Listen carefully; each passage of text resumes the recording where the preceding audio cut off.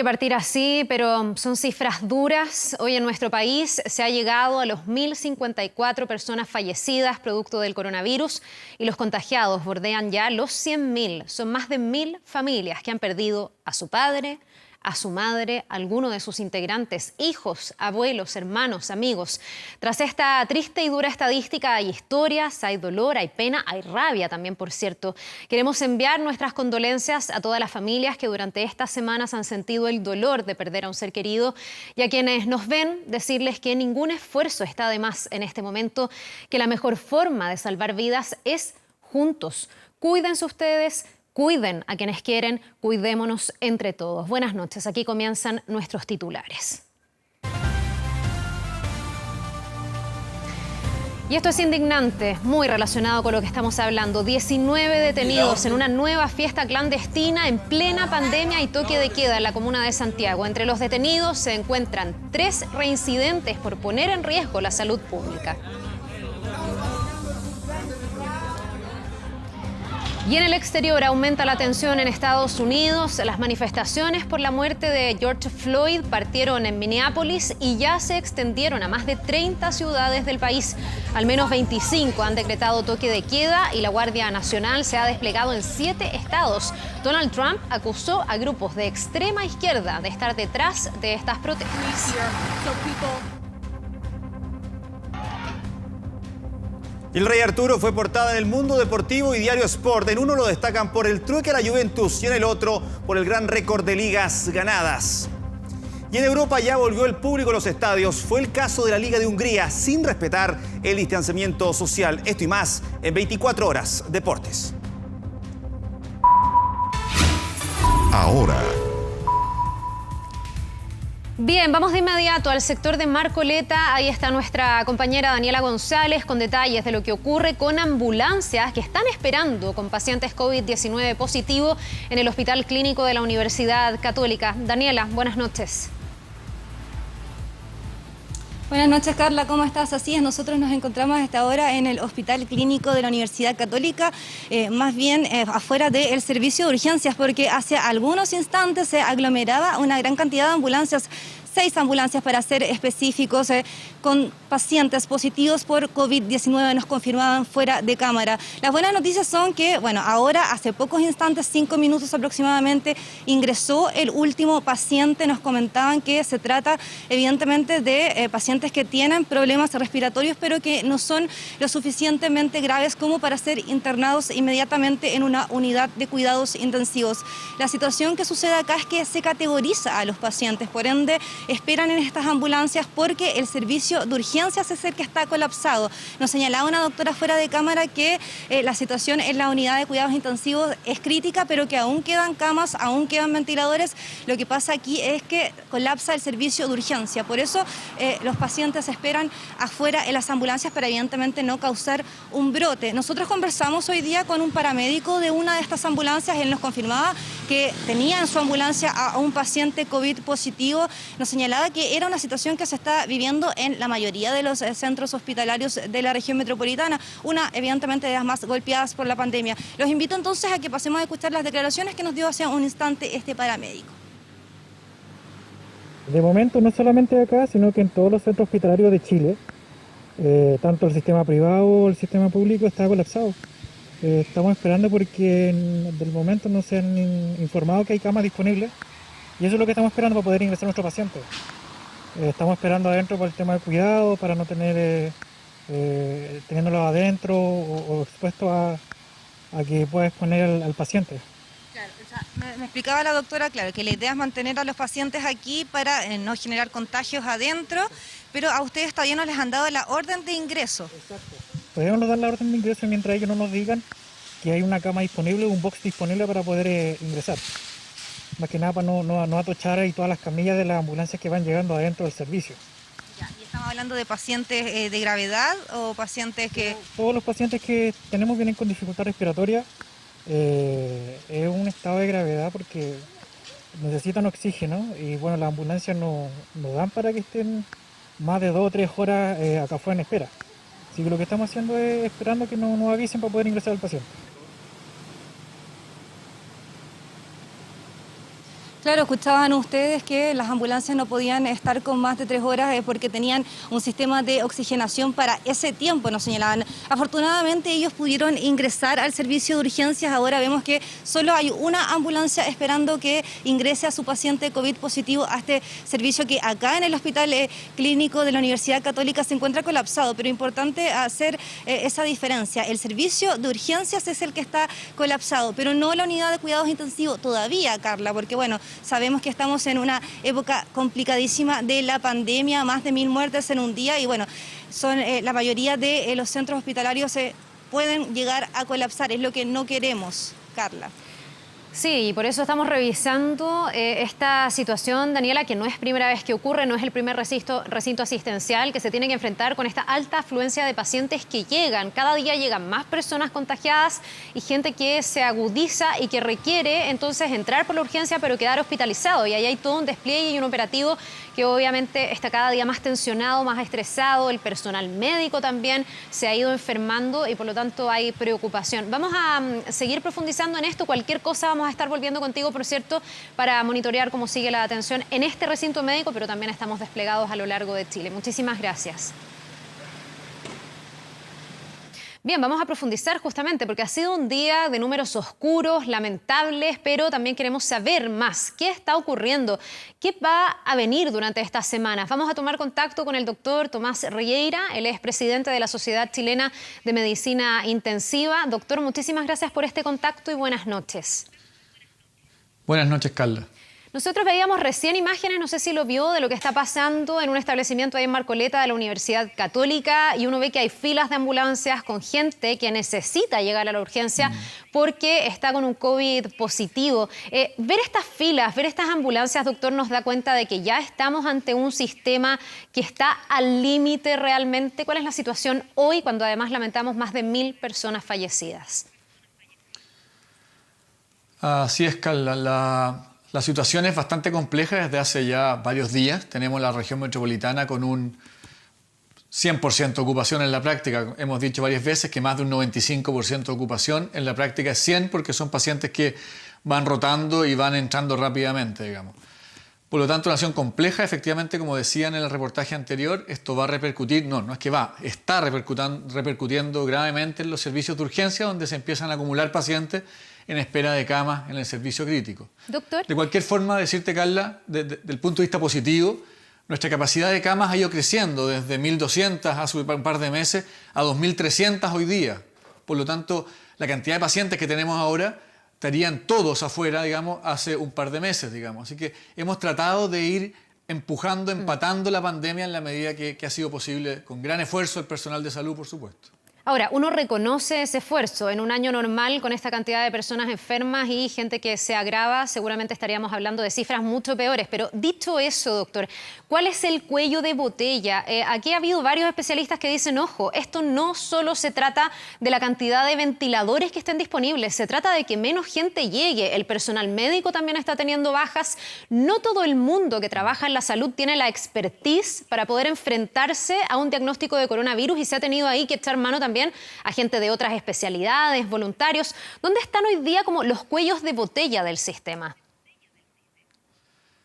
Sí, una buena pregunta, Carla. Yo te voy a contestar la pregunta, pero antes decirte que independiente de lo que podamos hacer respecto a las camas, el personal, cualquier esfuerzo que hagamos es limitado, ¿cierto? Tiene un límite de expansión respecto a la demanda, ¿cierto? Yo quiero decir con mucha fuerza, y perdona que me tome esta libertad, lo que hay que hacer es disminuir la demanda, digamos, sacar a la gente de la calle, que la gente respete las cuarentenas y que la demanda baje. Eso es clave en primer lugar. Y respecto a tu pregunta de cuellos de botella, por supuesto hay realidades distintas en cada centro y que son bien particulares y que hemos tratado de gestionar con un GUCC de la manera más individual posible. Me explico. Por ejemplo, el hospital A tiene problemas de recursos de personal, por supuesto. Esto es un común en todos los hospitales, pero se agudiza en algunos centros.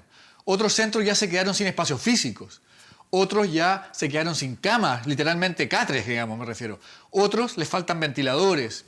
Otros les falta invitar a participar a otros equipos médicos, anestesia, etc.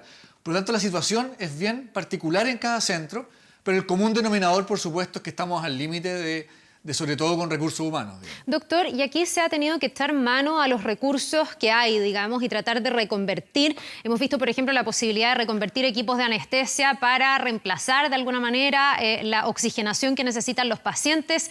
Vemos gente que está en unidades pediátricas que no han tenido tanta ocupación como en un año normal, con otro tipo de flujo de virus.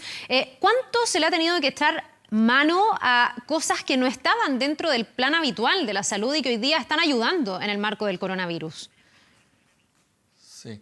Primero decir, Carla, que esto lo sabíamos. Sabíamos que venía la ola grande y nos preparamos. Es importante esto. Desde marzo nos estamos capacitando junto a anestesia, a pediatría y a otras especialidades para poder hacerle frente a esto.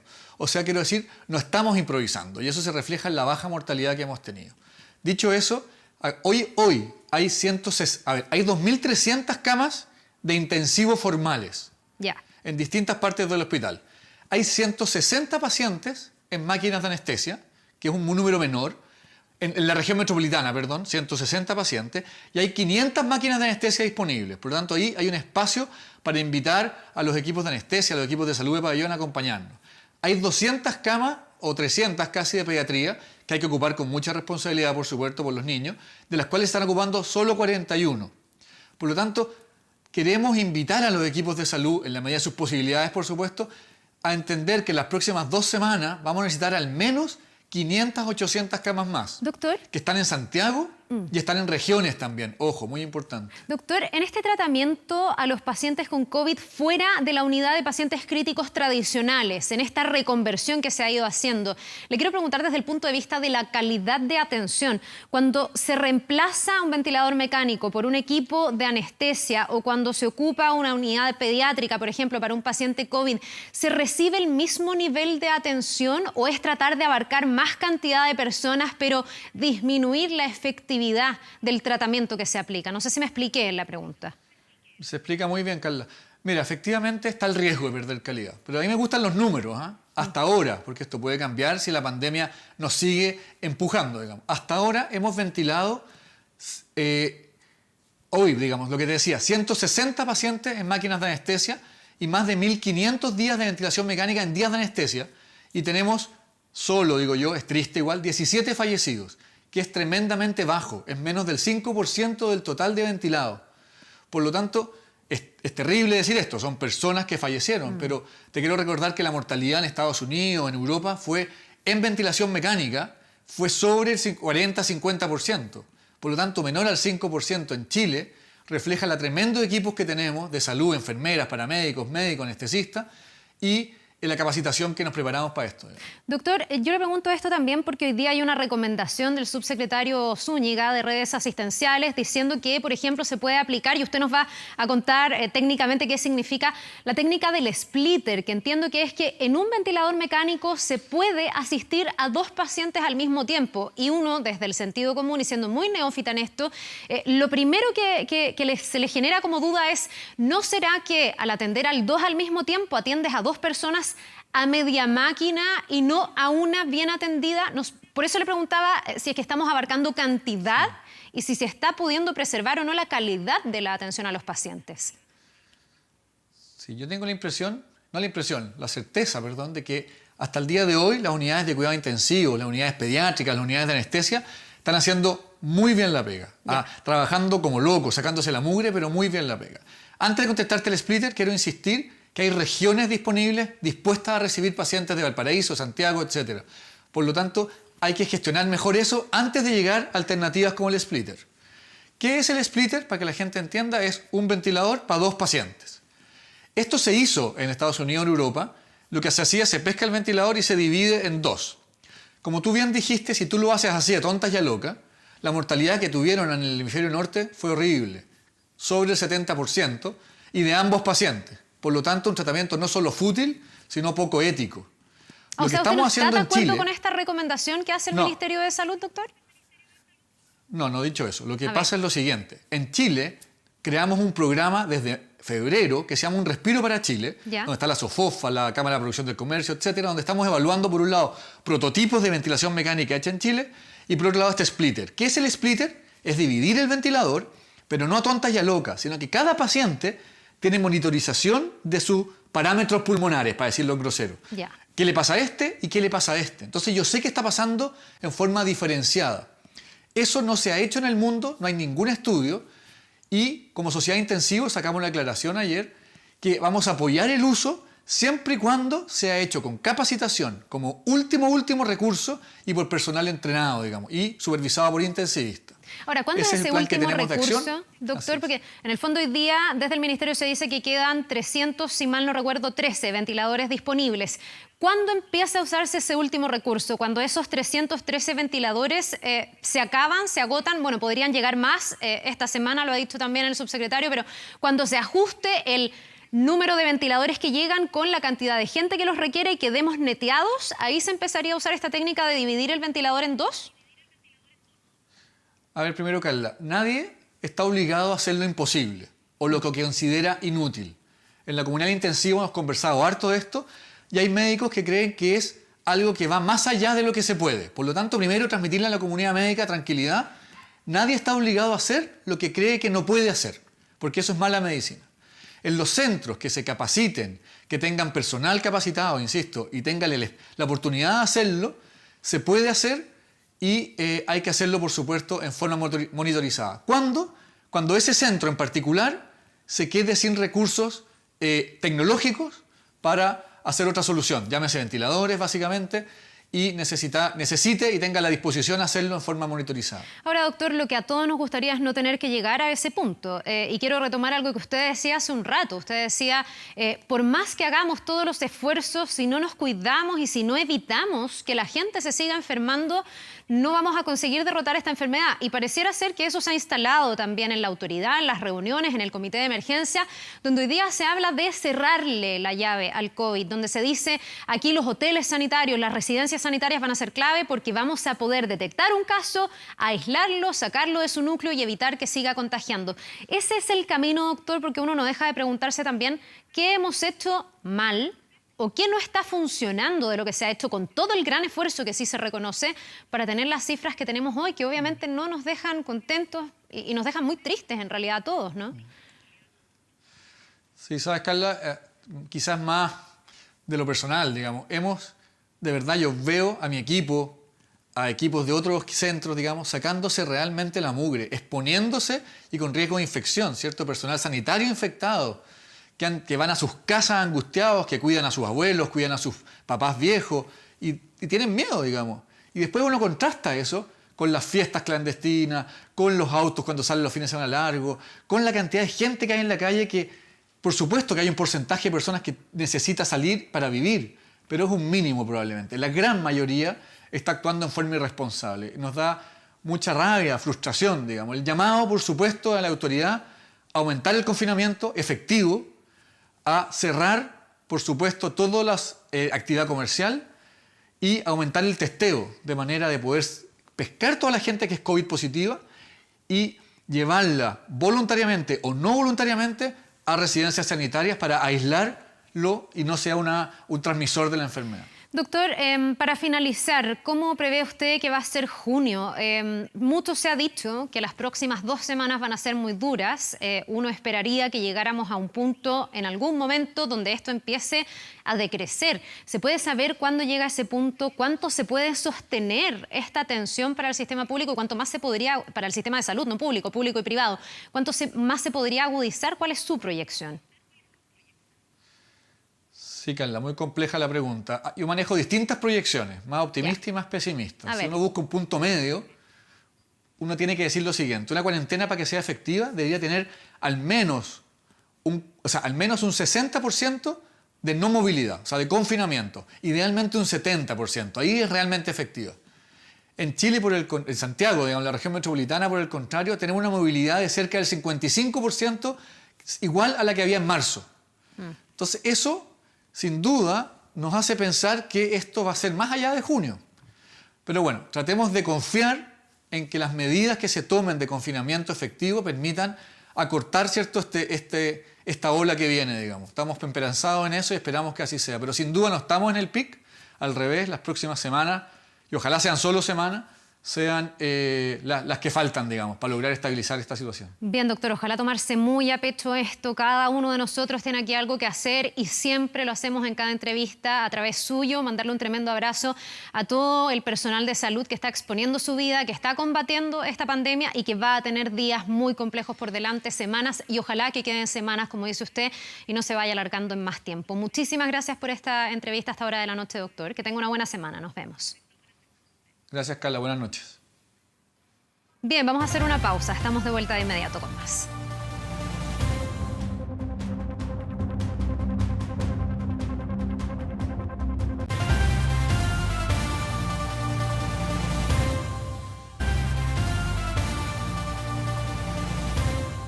Lo hemos dicho, Chile reportó este día domingo su cifra más elevada de fallecidos por el COVID-19, superando de esta forma la temida barrera de los 1.000 muertos desde el comienzo de la pandemia a inicios de marzo.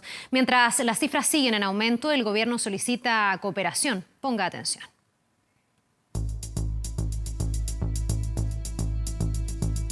Se ha informado del primer caso comprobado de coronavirus en nuestro país.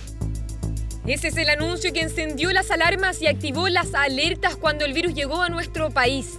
Desde esa fecha, 10 semanas han transcurrido y el número va en aumento. Cuando el 21 de marzo lamentábamos la primera muerte por coronavirus en Chile, la barrera de los 1.000 se veía lejana, pero la progresión ha sido gradual y hoy se vio superada. Nosotros no hacemos proyecciones con respecto a los fallecidos. Todas las medidas que estamos tomando para que todos aquellos pacientes graves que necesiten atenderse en la red asistencial podamos dar respuesta. Proyecciones que no estaban contempladas, pero que hoy son una realidad. Estas últimas 24 horas se informó de 57 nuevas muertes, las cifras más altas desde que comenzó la pandemia en el país y que dejó en 1.054 la cantidad total de decesos. Números que hablan por sí solos. Solo durante este mes, la cifra del domingo superó el número de víctimas fatales de toda la primera semana de mayo. Además, desde las últimas 2 semanas se ha visto que la curva va en ascenso. Sabemos que estamos en las semanas más difíciles. Hemos tenido un aumento importante del número de contagiados. Semanas complicadas, considerando que en cuanto al número de contagiados, el país bordea los 100.000 casos. Y es que este domingo la autoridad sanitaria confirmó 4.830 nuevos contagiados en Chile, cifra que eleva el número a 99.688 personas infectadas. Este es un virus tremendamente contagioso y es por eso que tomamos medidas muy fuertes, muy firmes, pero necesitamos la colaboración de todos. Solicitud cuando entramos en el mes de junio y según el nuevo informe epidemiológico, la región metropolitana lidera el número de casos en el país, manteniendo a Puente Alto como el ayuntamiento con más personas contagiadas a nivel nacional, seguido por la comuna de Santiago, La Florida y Peñalolén.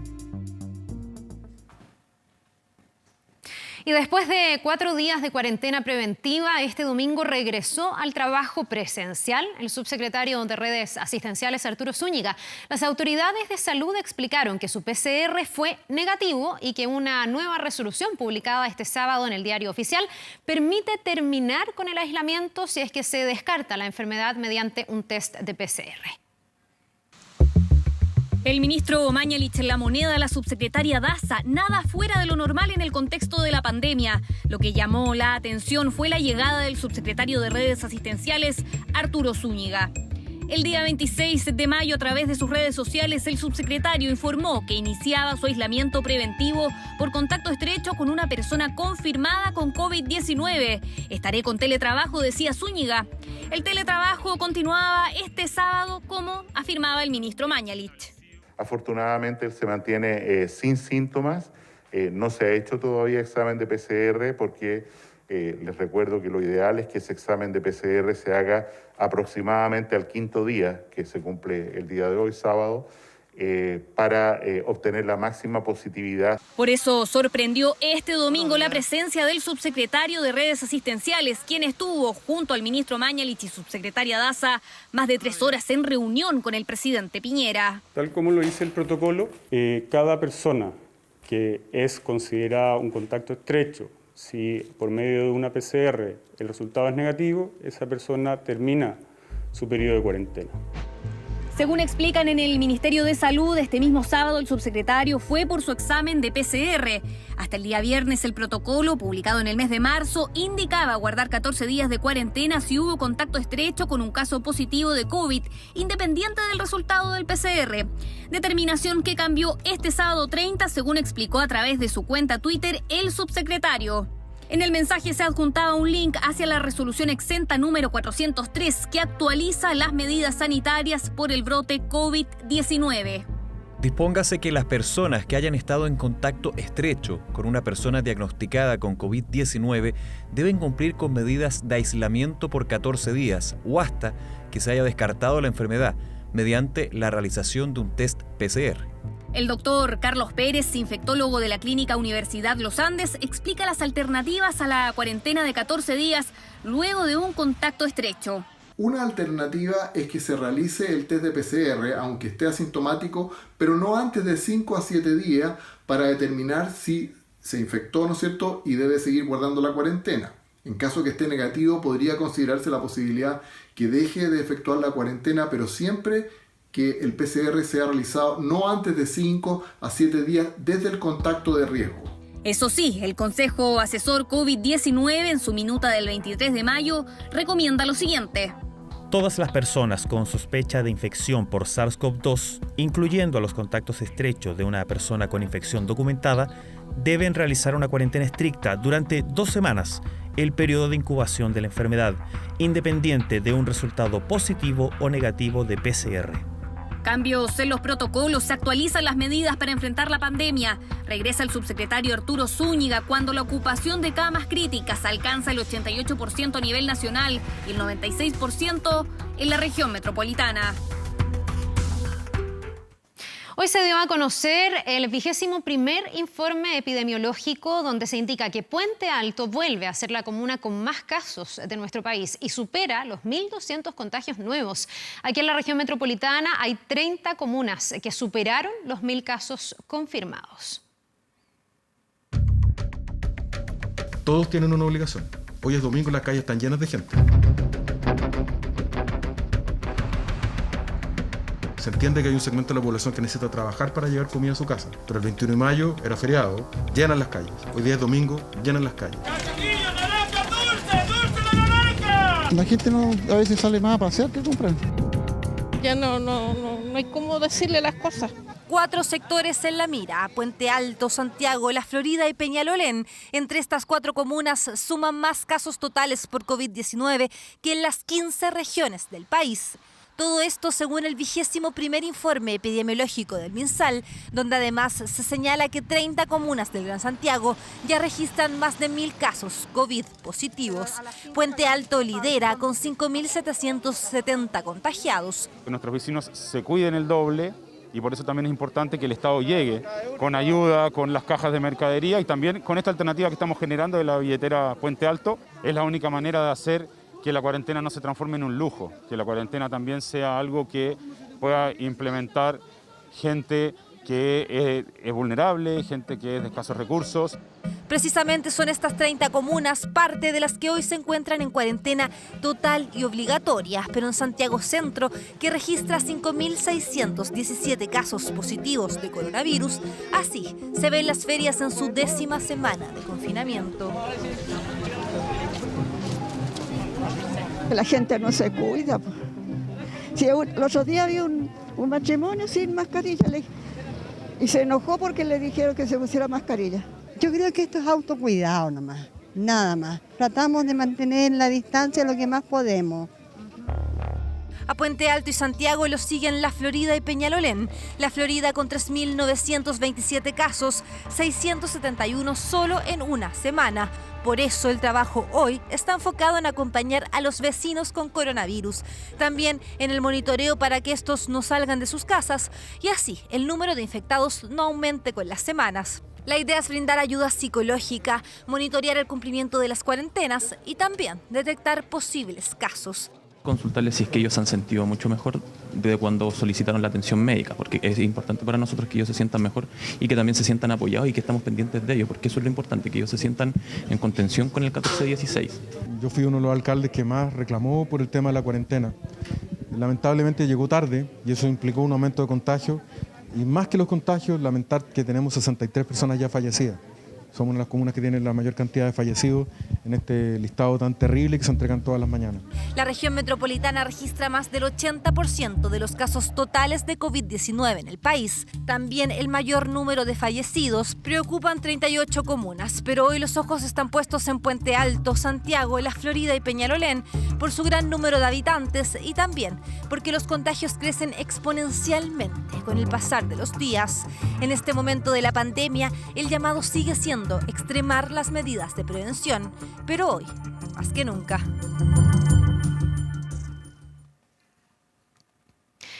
Vamos a ponerle rostro también a estas cifras de las que hemos estado hablando. Ahí están apareciendo ellos.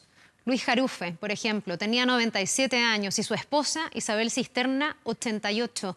3 años de matrimonio, tras años, de matrimonio y 10 días luchando contra el coronavirus, fallecieron juntos el pasado 21 de mayo en la clínica alemana.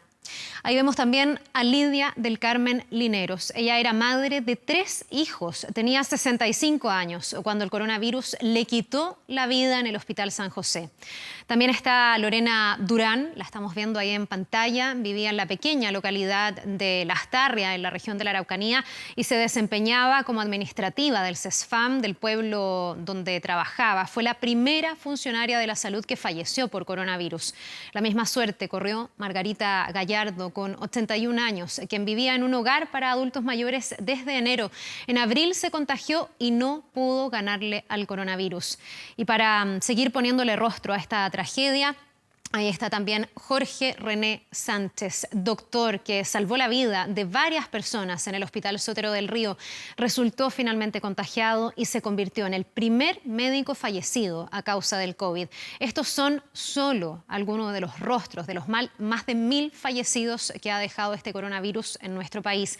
Padres, madres, hijos, abuelos, amigos. Queremos enviar nuestras condolencias a todas sus familias, a sus más cercanos y no solo a estas, sino que a las más de 1000 familias que están sufriendo el dolor de perder a un ser querido producto de este virus. Estas son algunas de las historias que hay detrás de esta triste y dolorosa estadística de 1054 víctimas fatales por coronavirus en nuestro país. Por favor, cuídense, cuidémonos entre todos, cuiden a los suyos, porque así vamos a derrotar al coronavirus.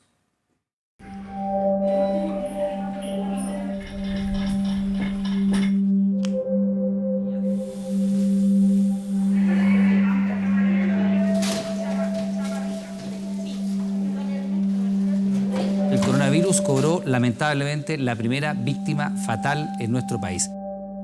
Se confirmó la muerte de 2 residentes del hogar del pequeño Cotolengo en Cerrillos a causa del COVID-19. 368 víctimas en estos 65 días de emergencia.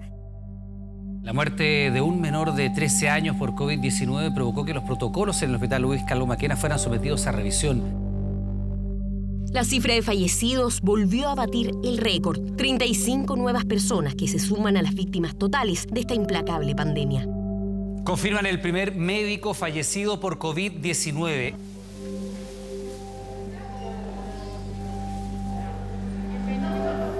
...35 personas en el día de ayer se registraron, lo que suma 841 personas fallecidas hasta la fecha.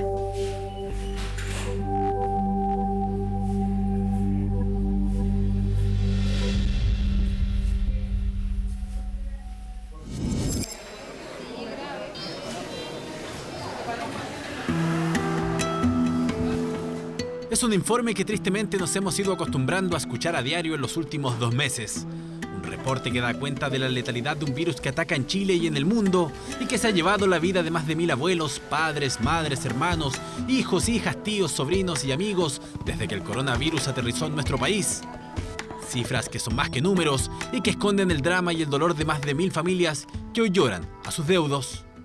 Tenemos que comunicar y lamentar el primer fallecimiento asociado al brote, a epidemia de coronavirus en nuestro país. Así anunciaba el ministro Mañalich el pasado 21 de marzo el inicio de un viaje sin retorno para los chilenos. Una mujer de 83 años en Renca se convertía en la primera víctima de un virus que no discrimina edad, género, ocupaciones, ni mucho menos clases sociales. De ahí en adelante, la cantidad de fallecidos en nuestro país a causa del coronavirus nunca más se detuvo. El COVID comenzó arrebatándonos a los más débiles, ancianos y adultos mayores, nuestros abuelos, los primeros en confinarse de manera obligatoria para evitar que el virus los alejara de nuestras vidas. El Tata Lucho y la Yayi Isabel son parte de este millar de caídos. Cerca de las 6 de la mañana falleció primero la mamá y mi papá ese mismo día, cerca de las 9 de la noche. ¿Del mismo día? Del mismo día, sí. Se fueron juntos e incluso estaban los dos en el mismo piso en la clínica. Luis tenía 97 años, Isabel 88. La familia no quiso someterlos a un tratamiento invasivo y solo pudieron despedirse de ellos a distancia, a través de una videollamada. Los doctores con toda la empatía del mundo te dicen, ¿sabéis qué? Estamos haciendo lo mejor para que no sufran, pero no hay nada más que hacer. O sea, tener que resignarte en ese momento, incluso pensando en que en ningún momento los vas a poder despedir. Me ha costado mucho asimilar esta pérdida porque me cuesta incluso respirar, porque siento que, que un peso tan grande, una pena tan grande que se hayan ido así, sin haberlos podido acompañar tanta gente que los quería. 2 golpes profundos y dolorosos en menos de 24 horas para esta familia. Ellos están convencidos de que Luis no habría soportado estar sin Isabel y ella tampoco sin el hombre que la acompañó toda una vida. 2 adultos mayores de risa fácil, los más longevos y regalones de la familia que hoy ya no están y que tanta falta hacen en los Jarufes Cisterna. Muy, muy triste, pero nos tocó y qué pena. Es como una historia de amor que de repente igual me da rabia porque igual me los arrebató a mí, pero digo, también es parte de lo que ellos fueron siempre. Mi abuelito la esperó. Las emociones se conjugan en los Jarufes Cisterna. Hay dolor, pena, rabia y cierto dejo de resignación, porque el Tata Lucho y la Yayi Isabel emprendieron solos un mismo camino, lejos de su clan. Un camino al que desde Conchalí también se sumó hace un par de semanas la mamá de Catherine. Cuidamos a mi mamá, pero como lo mejor que pudimos, tomando, como te dije, todas las medidas posibles. Igual se nos enfermó. No sabemos cómo ni dónde. Es algo que todavía a mí me ronda en la cabeza. Pucha, me lavé mal las manos cuando fui al supermercado. Me habrá quedado algo sin haberle echado desinfectante. Son parte de las preguntas que no la dejan dormir. Aún recuerda la tarde de aquel jueves cuando arriba de una ambulancia en las afueras del Hospital San José y sin saber aún que Carmen era portadora del coronavirus, se despidió de ella de manera casi inconsciente. Le tomé la mano y le dije, yo te amo y acuérdate que todos te amamos y que nunca se te olvide. Eso fue lo último que le dije y la última vez que la vi viva. 3 días más tarde, Carmen, su mamá, falleció en el hospital. La familia acusa que se enteró varias horas después de su deceso. Desde entonces han vivido todo un calvario. Terrible, es un infierno. Yo puedo decir que estuve en el infierno. Esas 8 horas que estuve con ella en la ambulancia fueron el infierno. No tengo otra explicación de qué lugar más puede haber sido. Como ella, un centenar de chilenos ha sucumbido ante la catástrofe más dolorosa que nos ha tocado vivir en el último siglo y que se ha llevado a nuestros seres queridos sin siquiera brindarnos la posibilidad de un último adiós. Un día le dice a la niña, al auxiliar, a la Pilar, le dice, Pile, yo te voy a pasar 1.000 pesos si tú me dejas ver a mis 4 hijos, por favor. Nosotros sabíamos que mi mamá era como la más próxima a fallecer. Mi mamá tenía 81 años. Pero ¿sabes lo que es fuerte? Son los protocolos que tiene esta enfermedad, este virus. O sea, de partida no poder velarla, ya es fuerte. Así recuerdan Vilma y Cristian los últimos días de Margarita, su madre. Resultó contagiada a mediados del mes de abril y a las pocas semanas falleció dejando destrozada a esta familia. Una de las tantas que ha perdido a un familiar en esta dura batalla. Para mí me pasa, no sé, algo tan extraño. Yo digo, cada día pienso que se puede ir aminorando un poquito mi dolor. No, va aumentando. O sea, el dolor no es como la gente cree, que con el tiempo se te va a pasar, hay que darle tiempo al tiempo. El COVID no discrimina. Primero vino por los adultos mayores, luego cayeron jóvenes, niños e incluso funcionarios de la salud. Lorena Durán simplemente no pudo más y falleció esta madrugada, convirtiéndose en la primera funcionaria de salud del país en morir por COVID-19. En la pequeña localidad de Las Tarrias, en la región de la Araucanía, la primera más afectada del país por el coronavirus, esta funcionaria de la salud administrativa del consultorio fue despedida con globos y aplausos en su último paso por el pueblo. Siempre fue bastante carismática en su puesto de trabajo, así que me siento muy orgullosa de ella y feliz de haber tenido la dicha de que sea mi mamá. Lorena dejó 2 hijas de 22 y 13 años. A pesar del riesgo de contagio, esta abnegada madre nunca abandonó su puesto de trabajo allá en las olvidadas tierras de la comuna de Gorbea. Quiero que ella quede en el recuerdo de todos nosotros porque fue una persona muy alegre y muy comprensiva con todos los usuarios que atendió. Sin duda el coronavirus nos ha golpeado en lo más profundo de nuestro ser, arrebatándonos lo único que no podemos reemplazar, nuestros seres queridos. Esos que solíamos ver a diario, con quienes sonreíamos y a ratos nos peleábamos, pero por quienes daríamos la vida si fuese necesario. Y eso fue justamente lo que el doctor José René Sánchez dejó en el Hospital Sótero del Río.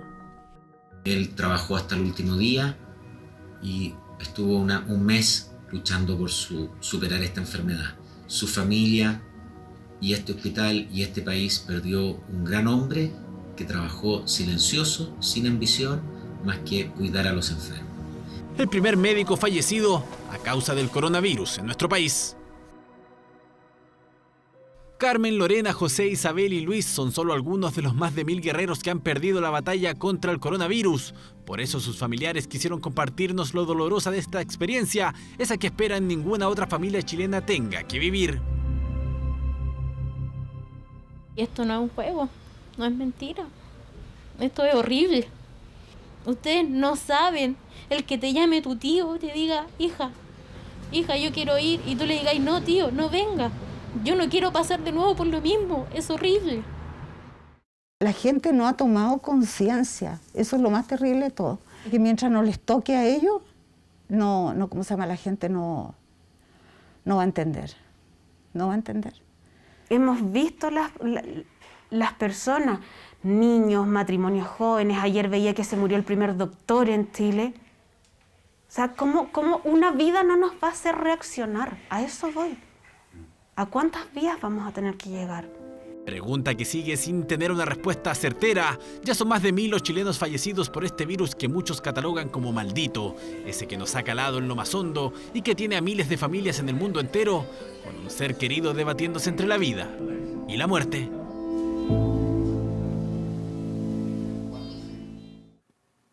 Y es difícil entender que hay gente que no le toma el peso a este tipo de historias, pero es así. Y para muestra un botón, 19 personas fueron detenidas por participar de una fiesta clandestina en el portal Fernández Concha de Santiago Centro.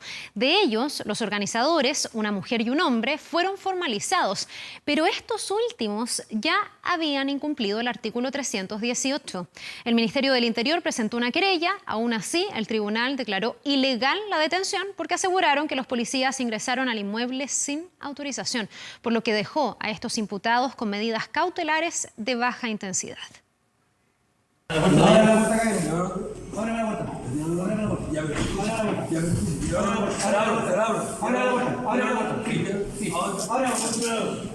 Se lo pidieron insistentemente hasta que abrió la puerta, pero no sin antes exigir una orden de ingreso. Desafiante el hombre y en evidente estado de estar bajo los efectos del alcohol. Es el dueño de este departamento ubicado en el portal Fernández Concha en Santiago Centro, que gracias a la denuncia de vecinos se fiscalizó. Había una fiesta con 19 personas.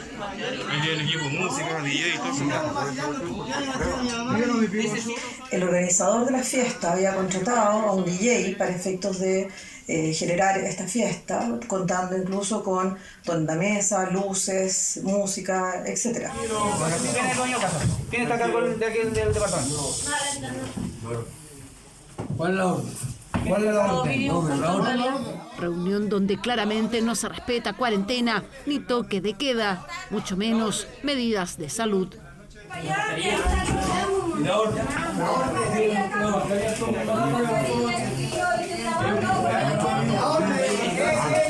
No hay fin de semana donde no se tenga registro de una fiesta en el país. Primero fue en Maipú con 400 asistentes, otras más pequeñas en Providencia, Hualqui, Chañaral, San Miguel y Las Condes. Los que se reúnen son en su mayoría jóvenes, pero ¿por qué ese afán de juntarse, de incumplir la ley, de ponerse en riesgo? Vivimos también en una sociedad bien individualista, entonces nos cuesta pensar que los cuidados míos protegen al resto, o que mi protección también está en manos del resto. Diría que mucha gente ha tomado esa medida y tiene muy claro que el no salir de casa es una forma de cuidar indirectamente, cuidarse a sí mismo, pero también cuidar a sus seres queridos. Pero hay otro porcentaje de gente que en realidad está pensando que no es tan grave, fíjate. Pero para esta psicóloga, esa postura y también la que han adoptado algunos adultos jóvenes que incumplen las medidas tiene relación con la información que se entregó en primera instancia con aquellas potenciales víctimas del COVID-19. Yo creo que las primeras informaciones que se nos dieron con respecto a que era un virus que era potencialmente peligroso para ciertas poblaciones que estaban en más riesgo, creo que ha sido como una excusa que también han ocupado para poder decir, no, en realidad a mí me va a dar, pero hacen un resfrío simple. Sin embargo, lo que sabemos ya de los registros de las UPC es que no es así, que la gente joven también está conectada a respirador. Y que... No vaya a cerrar la puerta, no vaya a cerrar la puerta, déjala abierta. Pero estos jóvenes claramente no entienden, tampoco el dueño del departamento que según Carabineros lo arrendó para celebrar un cumpleaños. Continúen los carretes. Francamente es inaceptable y como sociedad tenemos que repudiar este egoísmo de algunos, mientras muchos, la mayoría, hace esfuerzo, se queda en la casa, hace tremendo sacrificio en pos de la cuarentena y de salir del coronavirus. De los 19 participantes, 17 de ellos quedaron apercibidos por el Ministerio Público, mientras que el dueño del departamento y organizador, más otros 2 asistentes que ya tenían infracciones al artículo 318, fueron detenidos y formalizados. Y aquellas personas que no entiendan que ponen en riesgo la salud de todos los chilenos cuando cometen este tipo de irresponsabilidades, tendrán que responder frente a la justicia.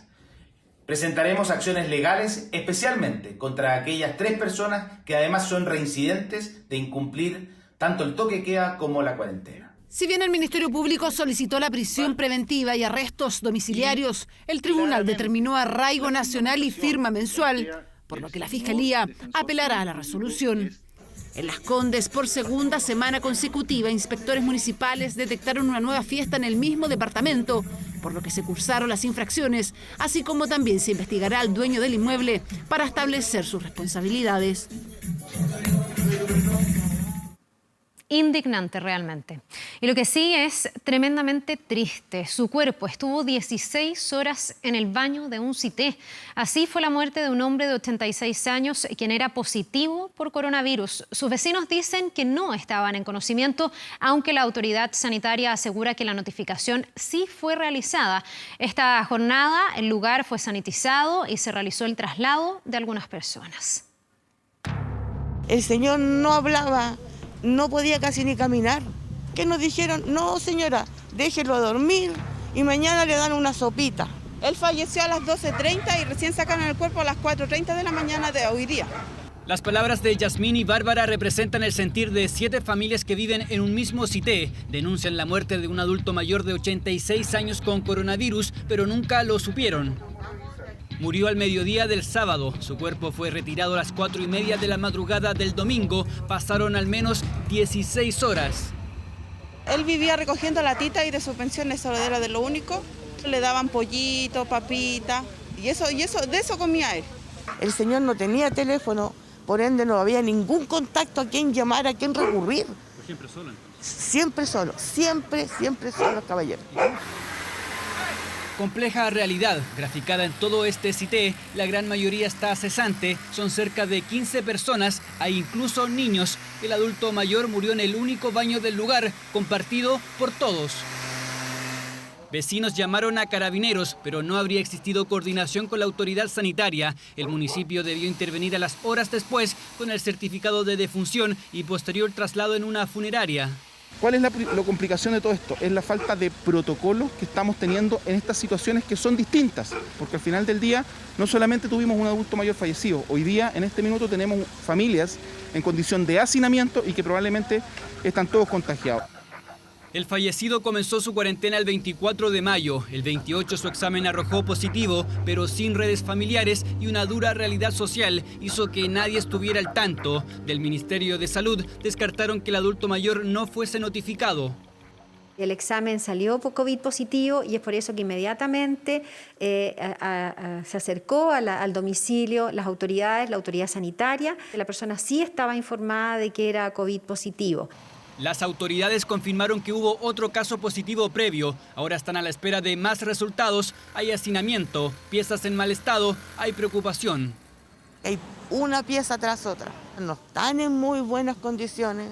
Hay así unos orificios, entra el viento. Nosotros pensamos que estamos todos contagiados. ¿Por qué? Porque ocupamos el mismo baño, la misma ducha. Entonces es como obvio no contagiarse. Durante la mañana del domingo, el municipio sanitizó el exterior e interior del CITE. La Seremi de Salud ofreció el traslado a una residencia sanitaria. 2 aceptaron. Que cuenta con todas las comodidades para que ellas puedan cumplir su aislamiento. Dado las condiciones de hacinamiento en este CITE, es muy probable, altamente probable, todos de partida son contacto estrecho. Por lo tanto, todos ellos tienen que hacer su cuarentena. Las personas que en este momento todavía no han decidido trasladarse a residencia están con todas las recomendaciones. Los que no aceptaron, por cuidar sus pertenencias y habitación, deberán realizar la cuarentena en el CITE, lugar hacinado con solo un baño, ahí donde murió un adulto mayor positivo, supuestamente notificado. Aún así pasaron 16 horas para su traslado. Bien, vamos al exterior con imágenes que nos llegan a esta hora desde Estados Unidos, donde miles de personas se han reunido en distintas ciudades para manifestarse en contra de la muerte de George Floyd. Esta noche se espera que sea una de las protestas más violentas en lo que va de esta semana de manifestaciones. Hasta este momento, el ambiente de la noche se ha mantenido con incidentes menores, pero con grandes cantidades de personas reunidas en Washington, D.C., en Nueva York, en Miami y sobre todo en Minneapolis, la ciudad donde precisamente murió George Floyd bajo custodia policial. Vamos a estar ampliando, vamos a estar profundizando también en nuestro informe internacional y con contacto desde Estados Unidos para saber cómo sigue el ambiente. Han sido días tremendamente difíciles en las calles de varias ciudades de ese país. Y ahora volvemos a nuestro país. Se arriesgan asistiendo a la feria en plena cuarentena para vender lo que se les ocurra. Estamos hablando de miles de chilenos, los llamados coleros, que buscan en estos lugares generar algún tipo de ingreso que les permita afrontar esta crisis. Bienvenido al Persa de Renca, donde todos los precios disponibles, baratos, económicos, a la economía del bolsillo. Son escenas que de no conocer su trasfondo podrían resultar hasta incomprensibles en medio de una cuarentena. Personas que recurren a la feria y no precisamente en busca de artículos de primera necesidad, pero sí de algo tan importante como el sustento diario para llevar a casa. Es que en el último tiempo los llamados coleros o vendedores informales han aumentado y han visto en estos mercados al aire libre una opción, a veces la única, para generar algo de dinero.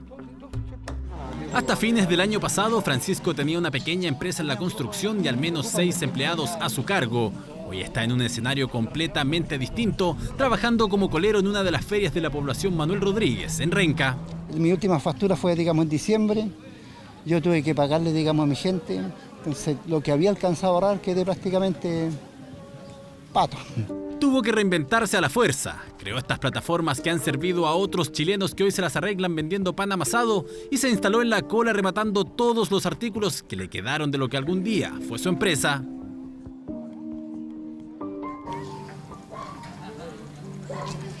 La impotencia, todo esto, amigo, da rabia. Siempre me he ganado la vida honradamente. Hoy día no tenemos acceso a eso. Y hay un grupo de gente que tiene todos los privilegios y nosotros ninguno. Francisco tiene 62 años y un crédito pendiente de pago. Intentó aplazar las cuotas mensuales y tirarlas al final del crédito, pero estas le aumentaban de 110 a 140.000 pesos. Desechó la idea, por eso al igual que varios de sus vecinos, se las rebusca en la feria, como puede. Aquí hay gente que vende 1.000 pesos. 1.000 pesos y ellos sean felices porque dice tenemos papancitos.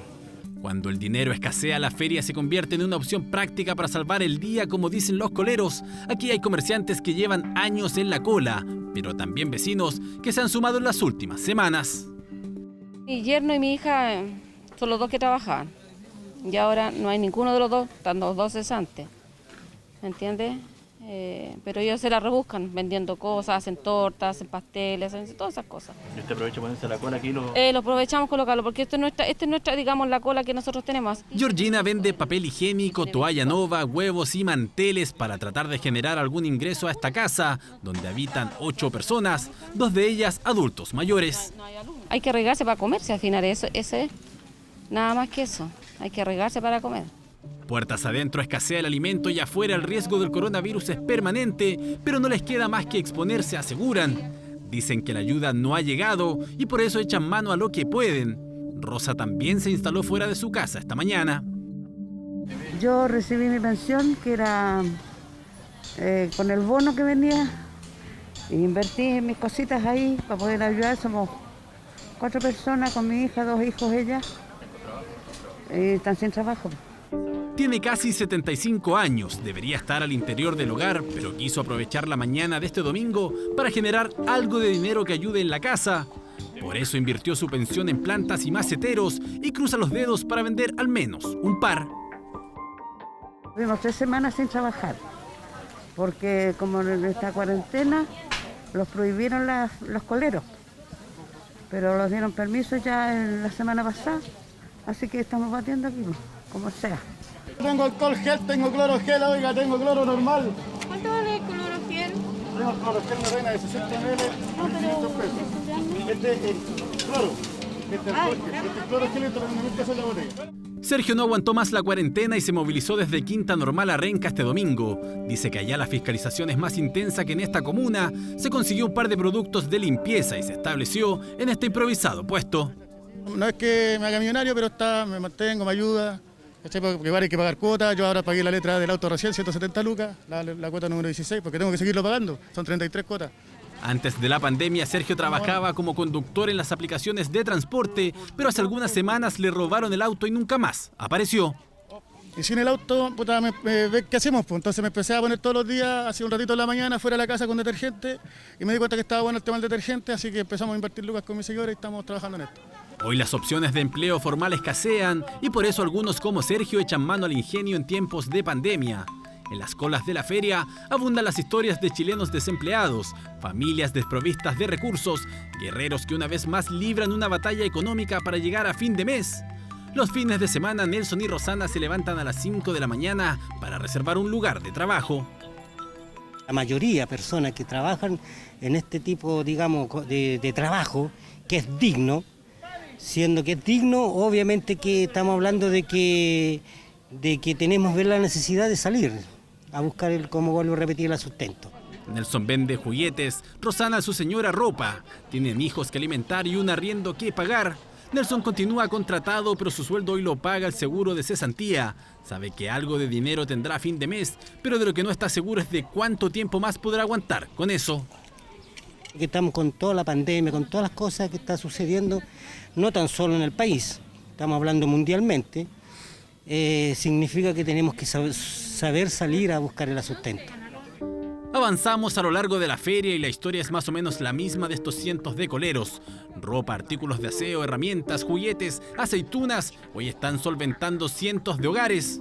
No tengo otra opción, no tengo, es que no hay más, no, imagínate que ni del gobierno hemos recibido ayuda. En el barrio acusan que las cajas de alimentos aún no han llegado. Carlos perdió uno de sus ojos en las manifestaciones de octubre pasado, luego quedó sin trabajo. Hoy debe acudir a la cola en compañía de su hijo. Mi hijo igual trae sus juguetes, su auto, ¿cachai? Como veía aquí, lo expongo a él también, ¿cachai? Que se pueda contagiar y no queda de otra. Los coleros están conscientes del peligro que implica salir a la calle con un virus letal dando vueltas, pero dicen estar dispuestos a correr el riesgo. Las opciones son escasas, en ocasiones inexistentes. Son historias de chilenos que se replican a lo largo de las ferias en nuestro país. Personas que salen día a día a generar algo de ingresos que les permita sobrevivir a una pandemia que ataca la salud, pero también el bolsillo. Bien, volvemos a la delicada situación que está viviendo Estados Unidos, porque este domingo se cumplió ya el 6º día de manifestaciones por la muerte de George Floyd.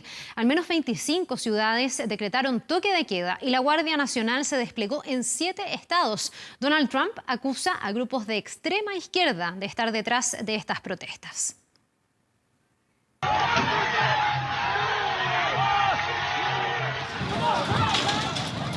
Estados Unidos continúa bajo un clima de extrema tensión. Las manifestaciones por la muerte de George Floyd partieron en Minneapolis, pero ya se extendieron a más de 30 ciudades del país. El movimiento, que partió de manera pacífica, ha ido aumentando su violencia con el correr de los días, razón por la que la Guardia Nacional envió tropas a 7 estados. No puedes seguir diciendo que este es un buen lugar para vivir si en tu barrio, por el color de tu piel, no todos tienen las mismas oportunidades. Nuevamente, quisiera agradecer a todos los que han participado para recobrar la confianza en las calles. No queremos volver a como estábamos antes, porque ese lugar no es bueno. Nueva York se convirtió en una de las ciudades donde las protestas han estallado con mayor fuerza, ligado a su diversidad étnica. La situación tiene a las autoridades buscando nuevas formas de enfrentar el problema racial, sobre todo después de que en redes sociales surgieran nuevos videos que acusan brutalidad policíaca.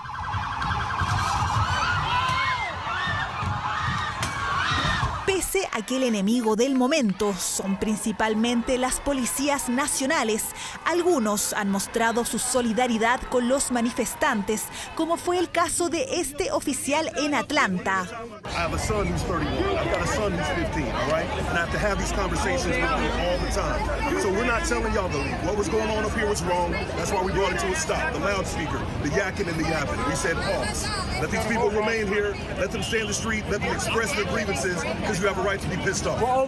Según informes preliminares, cerca de 1.400 personas han sido detenidas desde este jueves y al menos 3 manifestantes y 2 policías han perdido la vida.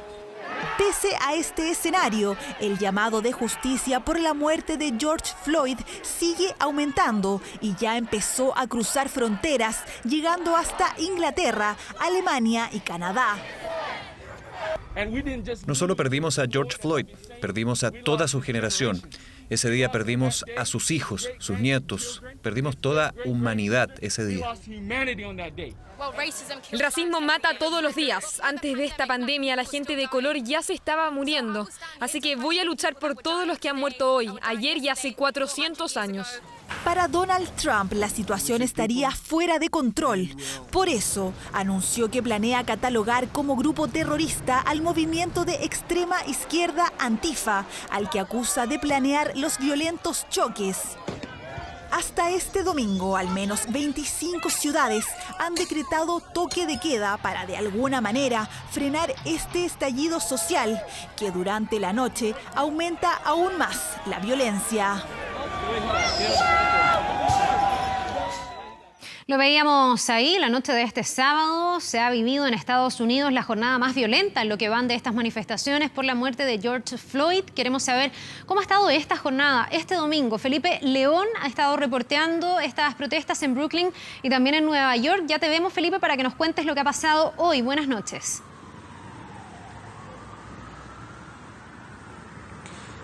Carlos, un gusto saludarte, muy buenas noches a ti y también a toda la audiencia de 24 Horas Central. Comentarles que estamos en la zona de Flatbush, esto es en Brooklyn, cerca del parque más grande de acá de esta zona, donde la jornada de ayer se vivió una de las jornadas más violentas, no solamente a nivel del país, como lo decía en la nota de Belén Arellano, sino que también acá en Brooklyn y en Nueva York. Había manifestaciones convocadas para Brooklyn, también para el Bronx, Harlem, Queens, distintas zonas, Manhattan, por cierto, distintas zonas donde se realizaron manifestaciones que terminaron terminaron en algunas de ellas en violencia de parte de manifestantes y por supuesto también enfrentamientos con la policía. Mencionar, antes de pasar a detallar lo que ha ocurrido acá en Brooklyn, que como noticia de último minuto también el estado de Washington D.C. a propósito de los toques de queda que se han decretado en distintos estados, en este caso Washington D.C. ha decretado también en los últimos minutos toque de queda para esa zona por las protestas que se estaban registrando frente a la Casa Blanca la jornada de ayer y también la jornada de hoy. Señalarles que acá en Brooklyn, por lo menos en Nueva York, también es la tercera jornada de manifestaciones durante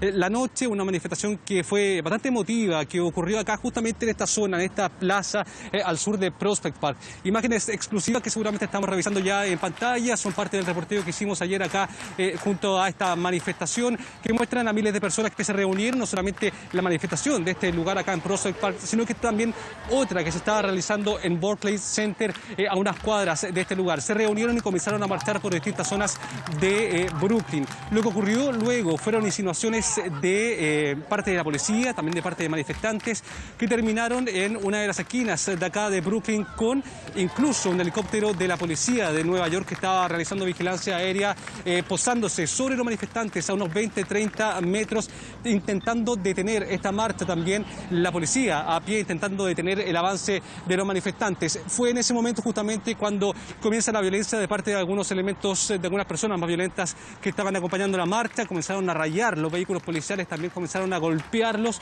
con martillos, personas que venían preparadas justamente para cometer este tipo de ataques a la policía de Nueva York.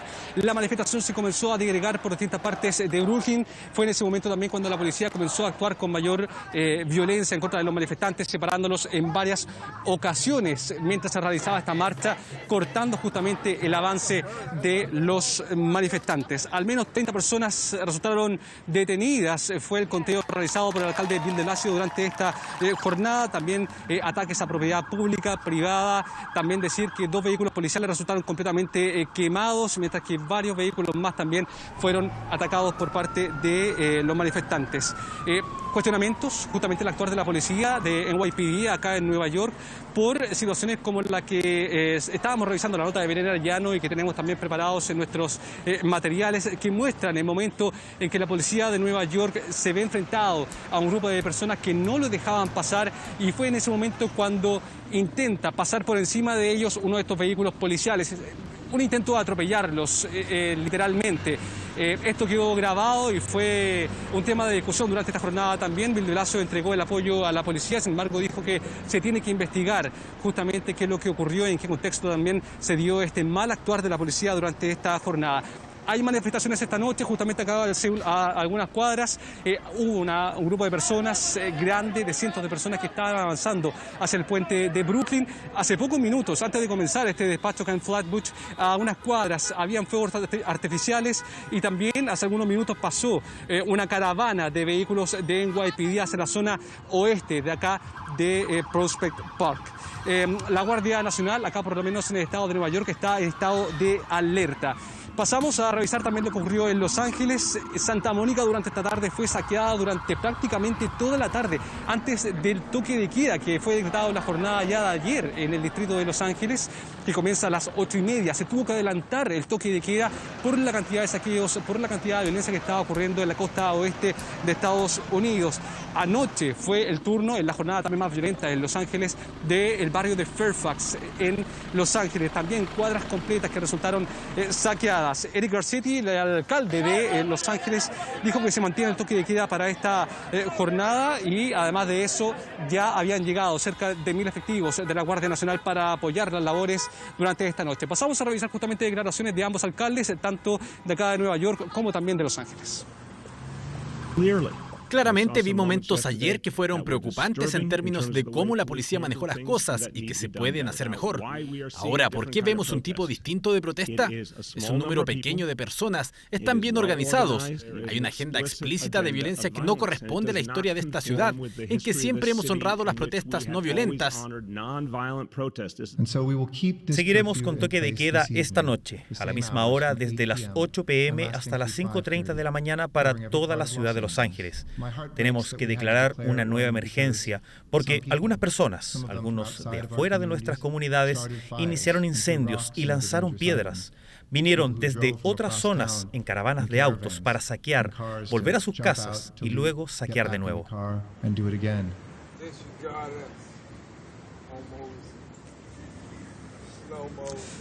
Estado de emergencia o toque de queda para al menos 25 ciudades a nivel nacional, y durante toda esta semana desde que ocurriera el asesinato de George Floyd han habido por lo menos manifestaciones en 75 ciudades a nivel nacional, y por eso también la urgencia y la emergencia que se está registrando en todo el país. Señalar también que hay preocupación de parte de las autoridades. El coronavirus, si bien se ha dejado un poco de lado por lo que está ocurriendo, por la violencia en todo Estados Unidos, la verdad que sigue estando presente. Las cifras acá a nivel nacional van a la baja, siguen avanzando. De hecho, durante esta jornada acá en Nueva York han muerto solamente uno dice, dentro de este contexto especial que estamos viviendo, pero solamente 45 personas fallecieron, cuando hace un mes aproximadamente hablábamos de 700. Si bien ha bajado a nivel nacional la cantidad de contagios, la cantidad de afectados, la cantidad de fallecidos por COVID, esto puede generar una nueva emergencia, un rebrote de la enfermedad, y están preocupados las autoridades sanitarias a nivel federal, a nivel estatal también, por supuesto. Las manifestaciones a nivel país han reunido a miles de personas, muchas de ellas sin mascarilla, muchas de ellas sin protección necesaria, y por eso también se teme que de aquí a 2 semanas más eventualmente se pueda tener un rebrote de COVID-19 a nivel nacional. En Estados Unidos, solamente para resumir también esa parte de la información, 103.000 personas que ya han muerto por coronavirus y 1.700.000 que están infectadas. Ese es el recuento que se tiene desde hace ya 2-3 meses desde que comenzara la pandemia acá en Estados Unidos. Ni hablar también de los negocios que se han visto afectados. Ya la situación es compleja a nivel de empleo, 4 millones de desempleados o 4 millones de personas que han solicitado su seguro de desempleo, y el comercio también ha sido afectado. No todos están recibiendo ayudas del Estado, préstamos justamente para poder vivir este momento. En muchos lugares el comercio sigue cerrado, y ahora también están muchos de ellos resultando afectados por estas protestas, muchos de ellos saqueados, y por eso también el riesgo de que el comercio dilate todavía y por más tiempo aún su reapertura. Señalar que hasta el momento, por lo menos, buscando explicaciones de por qué se ha desatado esta ola de violencia en Estados Unidos, no solamente se trata de George Floyd, también se trata del estrés, dicen algunas autoridades, de más de 2 a 3 meses de encierro por el coronavirus. Aparte de eso, todo lo que significa también el estrés emocional de no tener empleo, de la falta de dinero, y también, por supuesto, una población marginada como es la afroamericana, que no solamente ha perdido su empleo, sino que además ha sido la población, junto a la latina, que ha mantenido el comercio esencial abierto durante toda esta pandemia. Sí, bueno, se cruzan varios temas. Tú has dado cuenta de manera bien pormenorizada. Todos los análisis que se hagan son bien variados. El tema racial, por supuesto, es el más profundo, el más estructural. No es solo la historia de George Floyd, son varios los casos de abusos policiales o una fuerza desmedida en comparación con los protocolos que se llevan adelante con personas blancas. Y esa es la queja que ha cruzado estas manifestaciones. Pero, Felipe, estábamos viendo recién imágenes de Times Square en Nueva York, que es un punto neurálgico con mucha gente reunida a esta hora. Se presume que puede ser una jornada muy compleja, muy violenta también, al igual que el día de ayer, y llegan varios reportes de muchas personas heridas y también personas fallecidas, por lo que ha habido hoy día líderes políticos y sociales que han dicho tratemos de que las manifestaciones no sobrepasen el hecho inicial suficientemente dramático como la muerte de este hombre afroamericano, con más muertos, con más sangre, con más personas heridas. Es muy complejo lo que se está viviendo. Sí, buen punto, porque es transversal el llamado de las autoridades de cualquier inclinación política. Han hecho el llamado a manifestarse pacíficamente, digamos. Acá el gobernador en Nueva York, el gobernador Andrew Cuomo, ha señalado justamente que no es característico de los neoyorquinos expresarse de forma violenta. En general se hace de forma pacífica. Por eso el llamado también, y la particularidad que decía él de estas manifestaciones que le llamaba la atención, por lo menos él decía, que era que justamente se había desatado de forma violenta muy rápido. Él buscaba explicaciones y entre ellas mencionaba algunas de las que dimos cuenta anteriormente. Ahora, lo más probable, lo que decías tú, que con la cantidad de gente que se está reuniendo en Manhattan a esta hora, se desata algún tipo de problema en esa zona. Ayer ocurrió en la calle 14, en Union Square, allá en Manhattan, que también hubo violencia en contra de los manifestantes. incluso hubo violencia de los manifestantes a la policía, carros de policía quemados y probablemente durante esta jornada ocurra también. Acá no sé si alcanzaron a notar en algún momento, pero han pasado carros de policías cada cierta cantidad de minutos dando vuelta porque por acá todavía hay manifestaciones.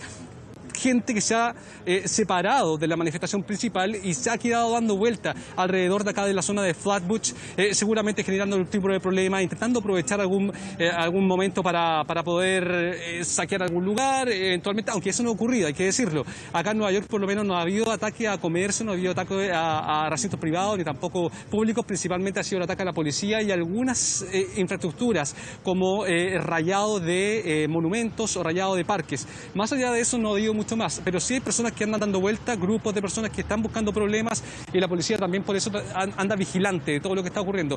A lo lejos también se escucha el helicóptero de la policía de Nueva York dando vueltas. Ayer, de hecho, en la manifestación que estuvimos reportando acá en la tarde, 3 helicópteros estuvieron sobre la manifestación y como les comentaba, algunos de ellos vigilando de lejos y unos que se acercaban pero a 20, 30 metros de altura de las personas intentando sacarlas del lugar en donde estaban.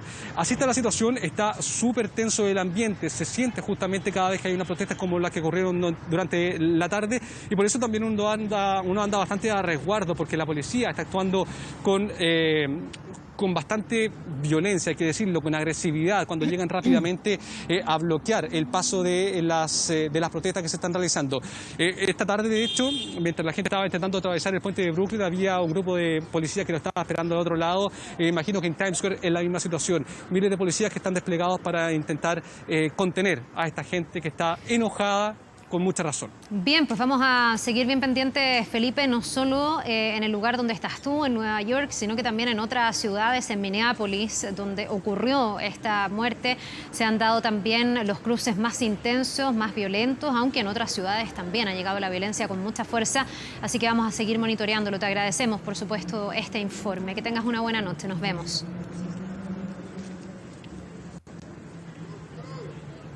Que estés muy bien. Bueno, actualicemos lo que ha pasado con los astronautas que viajaban en el SpaceX, que ya se encuentran en la Estación Espacial Internacional tras una llegada exitosa de la Crew Dragon, esta aeronave. Después de 19 horas de travesía, la cápsula espacial llegó a su destino junto a los 2 astronautas a bordo, quienes se unieron a los 3 astronautas que ya estaban dentro de esta estación. La nave se unió así a la Estación Espacial bajo la atenta mirada de los trabajadores de la NASA, que monitorean todo este proceso desde la Tierra. La empresa privada SpaceX y la NASA hicieron historia el día de ayer, este sábado, al poner en órbita la primera cápsula estadounidense tripulada en cerca de una década, después de la cancelación del uso de los transbordadores en el año 2011. Con esta imagen, con esta noticia y esta actualización de lo que está pasando con esta misión, nos vamos a la pausa y ya estamos de vuelta.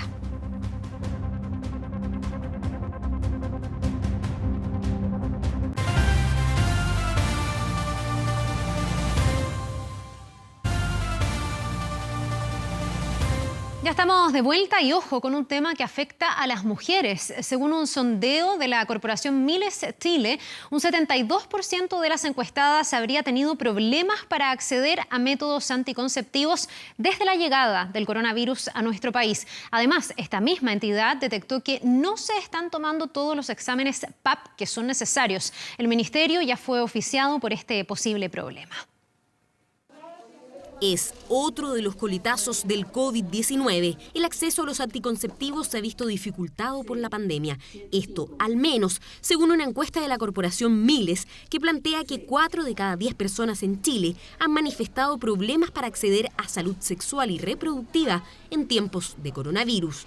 La falta de stock disponible, que el recinto de salud no está prestando el servicio o incluso un aumento en el precio de los anticonceptivos se esgrimen como las principales razones. Existe un documento que se llama Normas Nacionales sobre Regulación de la Fertilidad. En él se analiza el acceso a estos métodos, incluso en contextos de crisis, emergencias o desastres.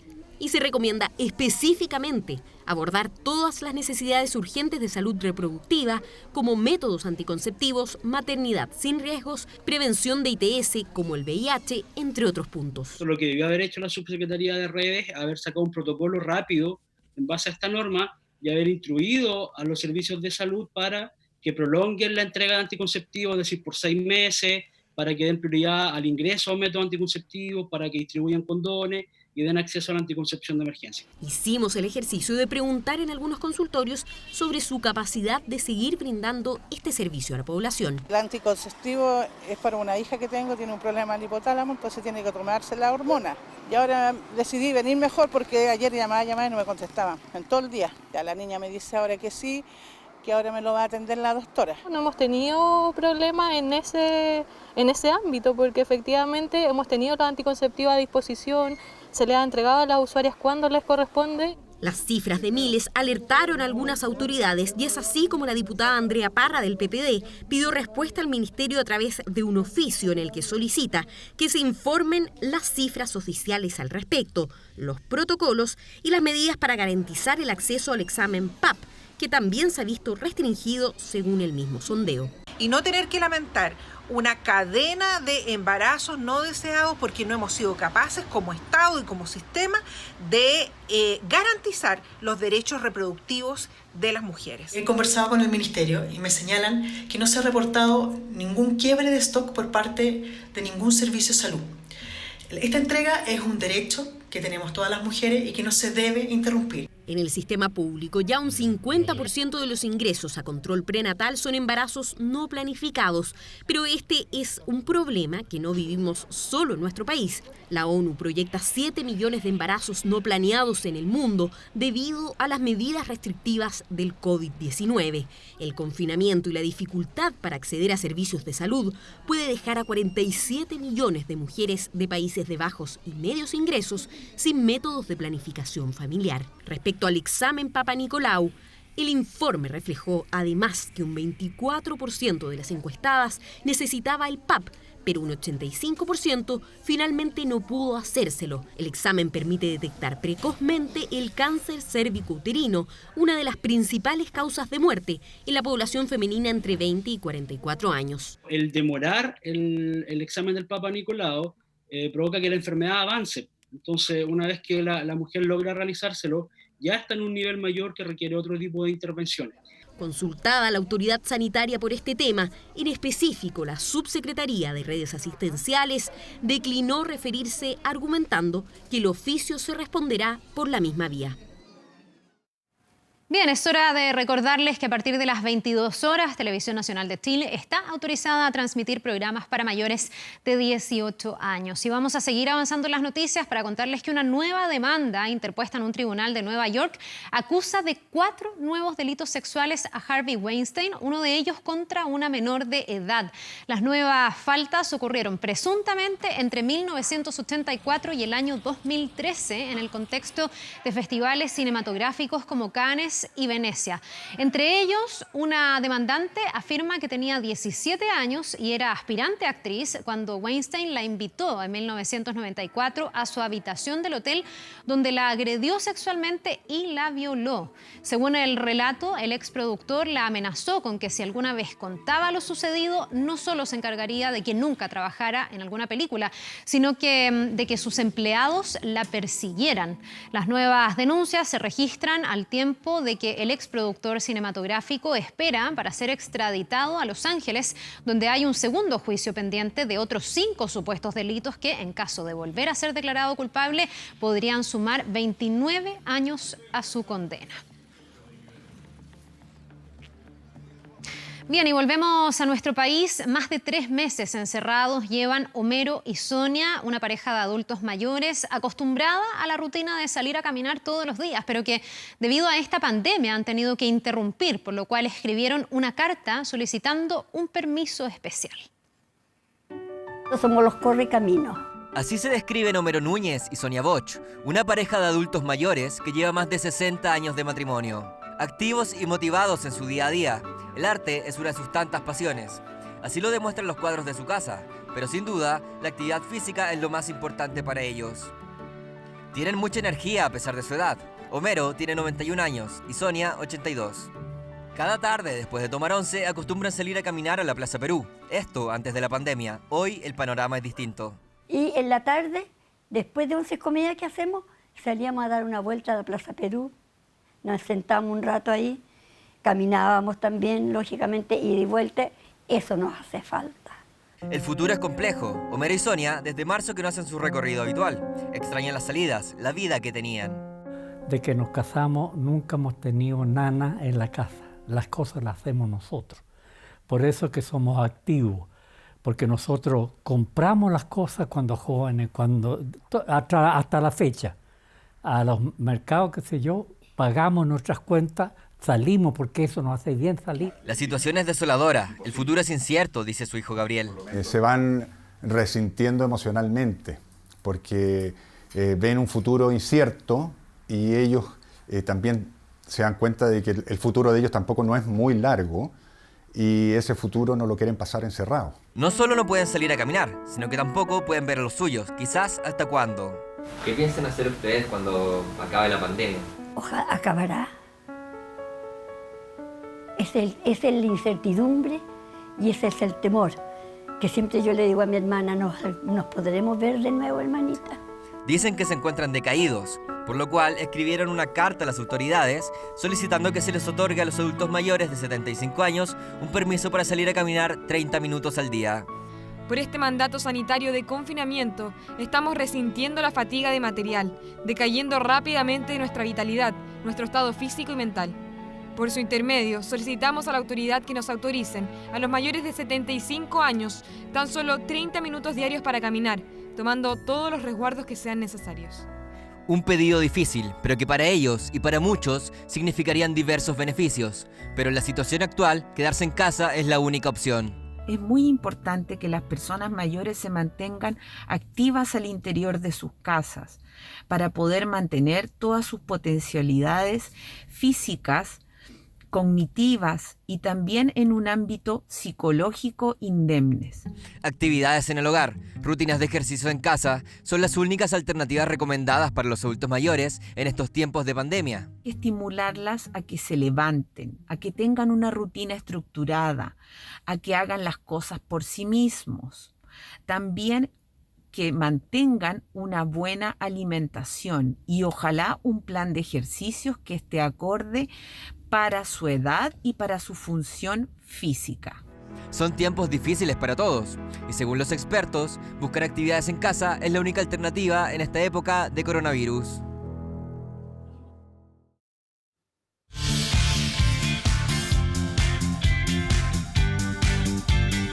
Flashes y portadas para Vidal en España, Diario Sport y Mundo Deportivo destacan al volante chileno. ¿Cómo está? Buenas noches. Todo por su posible transferencia, por el récord de ligas ganadas que tiene. Son muchos los motivos que tienen al Rey Arturo como el centro de atención en Barcelona.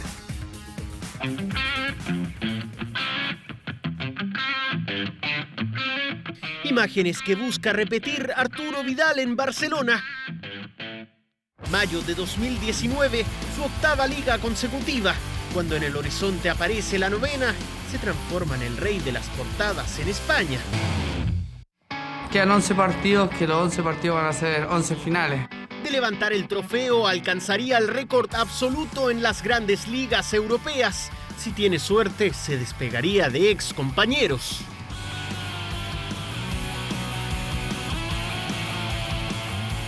Barzagli y Marchisio están retirados, Chiellini y Buffon continúan en actividad. Todos tienen 8 trofeos seguidos. La Juventus lidera la Serie A con un punto más que la Lazio. A nivel continental, Ljubomir Fejsa se quedó en 9 y el bielorruso Vitaly Rodionov sumó 12 ligas consecutivas. Todos tenemos claro que van a ser muy difíciles, estamos muy cerca con el Real Madrid, así que no tenemos que confiarnos, solo pensar en ganar.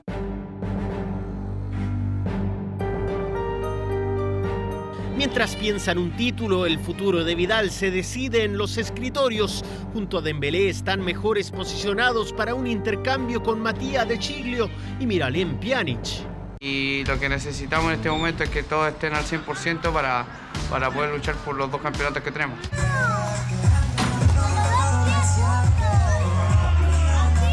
Así Vidal pasa los días y ya conoce la programación del retorno. El Barça visitará al Mallorca el sábado 13 de junio, el reinicio del Camino del Rey en busca de su 9ª liga en fila. Y el partido del Valencia con el Atalanta, no, esto es en Alemania. El triunfo del Bayern de Múnich. Gol de los actuales líderes de la Bundesliga. 1-0 entonces con el autogol ahí. Mala suerte en plena área chica. Cabezazo y es el segundo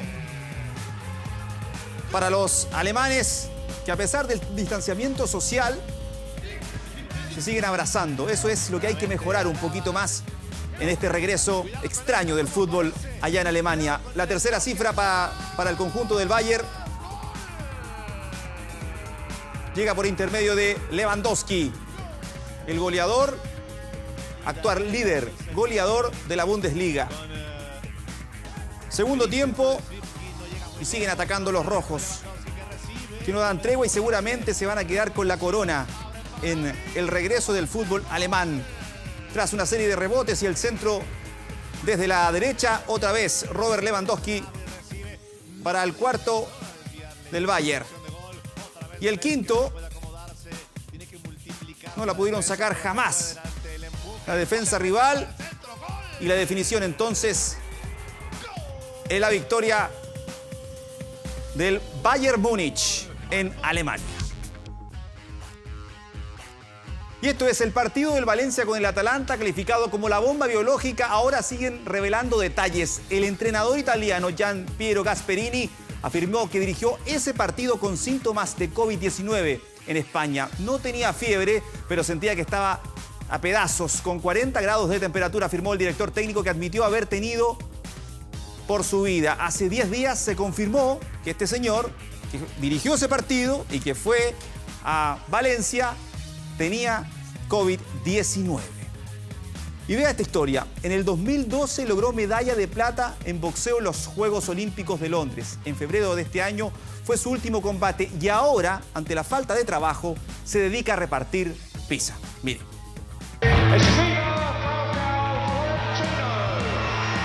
Juegos Olímpicos de Londres 2012, Esquiva Falcao hacía historia con llegar a la final olímpica de boxeo. Al final perdió, pero logró una apreciada plata que para cualquier deportista es el sueño más grande y difícil de conseguir. El brasileño Falcao, tras el 2012, siguió una carrera exitosa y activa. En febrero de 2020 fue su última pelea ante el argentino Jorge Daniel Miranda. Desde ahí, por el parón sanitario, no ha podido generar dinero para su hogar, así que el ingenio tuvo que fluir. Fala galera, tô aqui na quarentena aqui em casa. Este medallista olímpico se convirtió en repartidor de pizzas. La idea fue de mi esposa, que pidió una mini pizza y eran muy pequeñas. Ahí partió la idea.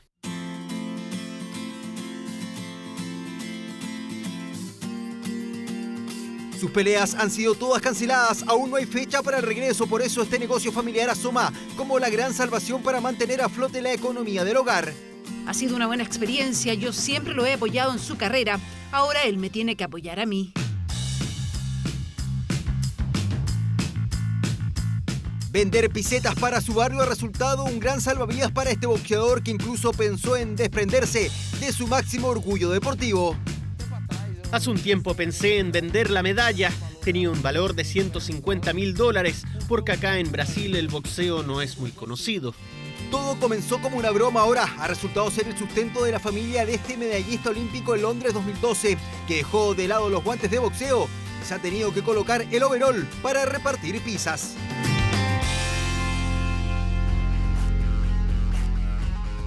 Impresionante historia de reinvención, como también es impresionante el entrenamiento de esta pequeña boxeadora de tan solo 12 años. Se llama Kira Makomodenko, quien realiza una pirueta en la arena y luego intercambia golpes con su entrenador. Esta pequeña joven promesa ucraniana tiene un registro en el ring de 38-0.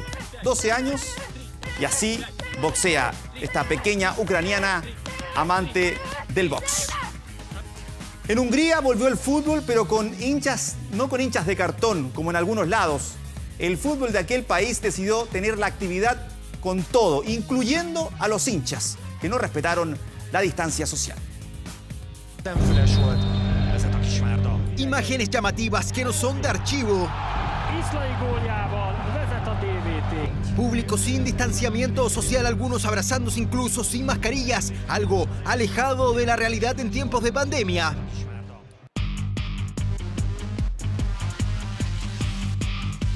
Esto corresponde a la primera división de Hungría. Este fin de semana se terminó la política de puertas cerradas y se autorizó el ingreso de hinchas a los partidos de fútbol.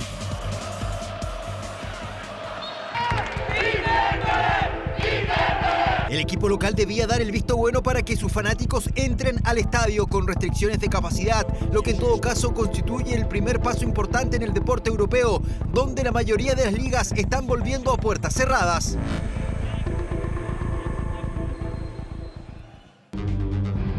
Hungría cuenta con 9,6 millones de habitantes, tiene un registro hasta el momento de menos de 4.000 infectados y la información oficial dice que los fallecidos son 526. Imágenes que parecen fuera de todo contexto actual. Hungría dio el primer paso en Europa y varias ligas ya miran de reojo este protocolo.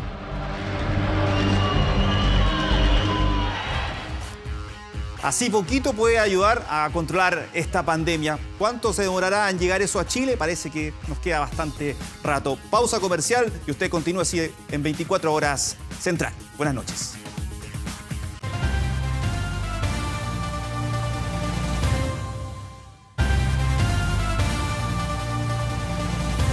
Preocupación ha generado el término de la cuarentena obligatoria en Antofagasta. Hoy, otra vez, hubo aglomeraciones de gente, calles llenas, en especial en el centro de esa ciudad.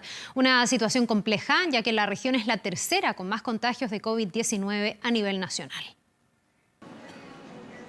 Fue un criticado inicio del término de cuarentena obligatoria. En su primer día, aglomeraciones, filas, niños y adultos mayores. Fue el panorama del día de ayer.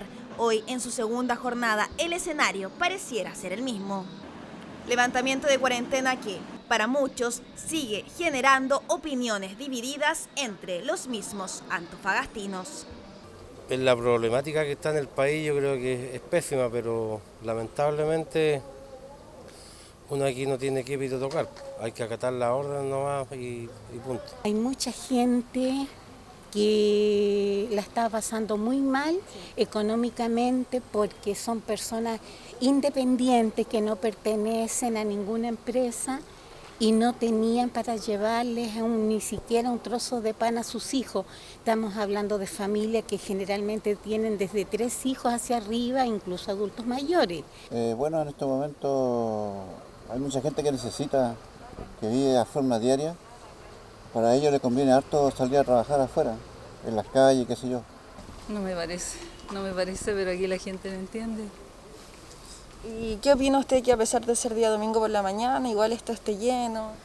Es que la gente aprovechó, igual se entiende mucho tiempo en encierro, igual hay que salir a hacer trámites para pagar cuentas, comprar mercadería. Ahora sin cuarentena, el municipio de Antofagasta decidió tomar medidas preventivas como demarcaciones con mensajes en los pasos de cebra, señaléticas en el suelo e incluso hubo cambio de semáforo. Todo para reforzar el distanciamiento social, generar conciencia y evitar futuros contagios entre los mismos peatones. Hemos demarcado las intersecciones peatonales para que la gente pueda leer claramente el mensaje e incluso hemos puesto dentro de los semáforos también alguna imagen que indique un coronavirus color rojo y también el verde de lavado de manos y el uso de mascarillas. Primer fin de semana sin permisos temporales, pero ojo, con intensas fiscalizaciones. Así es, porque la autoridad sanitaria no cesará y menos ahora que no hay confinamiento. Nosotros fiscalizamos licencias, mascarillas al interior de los locales cerrados, mascarillas en la locomoción pública, el mantener el metro de distancia en la locomoción, en los locales cerrados, en todas partes. ¿Ya? Seguimos fiscalizando que los restaurantes no pueden vender comida al interior, no se puede consumir al interior de los locales, por lo tanto Solo cambia pedir el permiso de tránsito. El resto seguimos todo igual. Tras el reporte diario, Antofagasta sigue en el tercer lugar de las regiones con más contagios de COVID-19. Un fin de semana caótico que aún no termina. Ahora el llamado siempre será quedarse en casa, pero en caso de que no lo haga, siempre manteniendo las medidas preventivas correspondientes. Hoy es el Día del Patrimonio y quienes lo vivieron de una manera muy especial fueron los artistas que pertenecen a la gran familia del circo. Varios meses llevan sin poder actuar y aún así, en medio de esta crisis sanitaria en Vicuña, conocimos una nueva modalidad que están preparando para sus espectáculos. Se trata del autocirco, mire.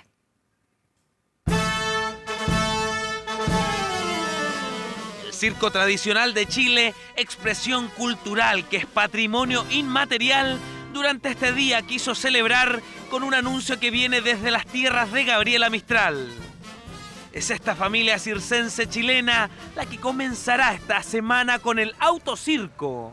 Produce mucha felicidad y satisfacción porque ver el circo parado es como que no hay vida. Cuando armaron recién las torres, todo, que después prendieron las luces, ya como que a uno le vuelve el alma al cuerpo, que su trabajo va a empezar a florecer de nuevo. Son prácticamente 3 meses de pausa desde la última función con público.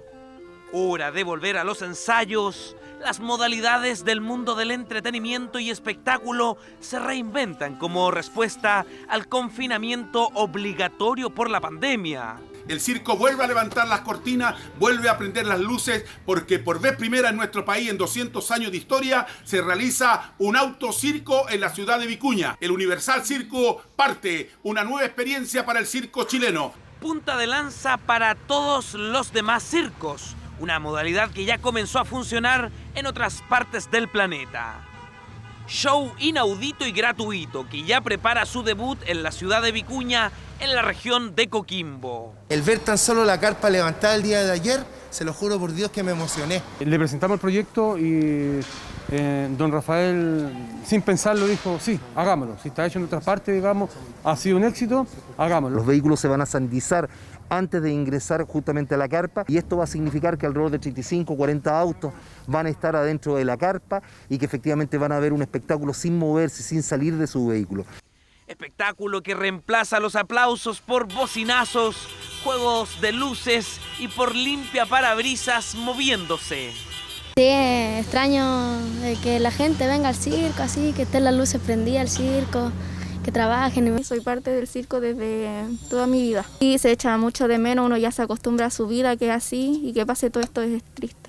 Primera función que tendrá un riguroso protocolo sanitario, desinfección en la entrada de vehículos, aporte que brindará la municipalidad a estos virtuosos del circo que ven con esperanza esta nueva forma de entregar su espectáculo.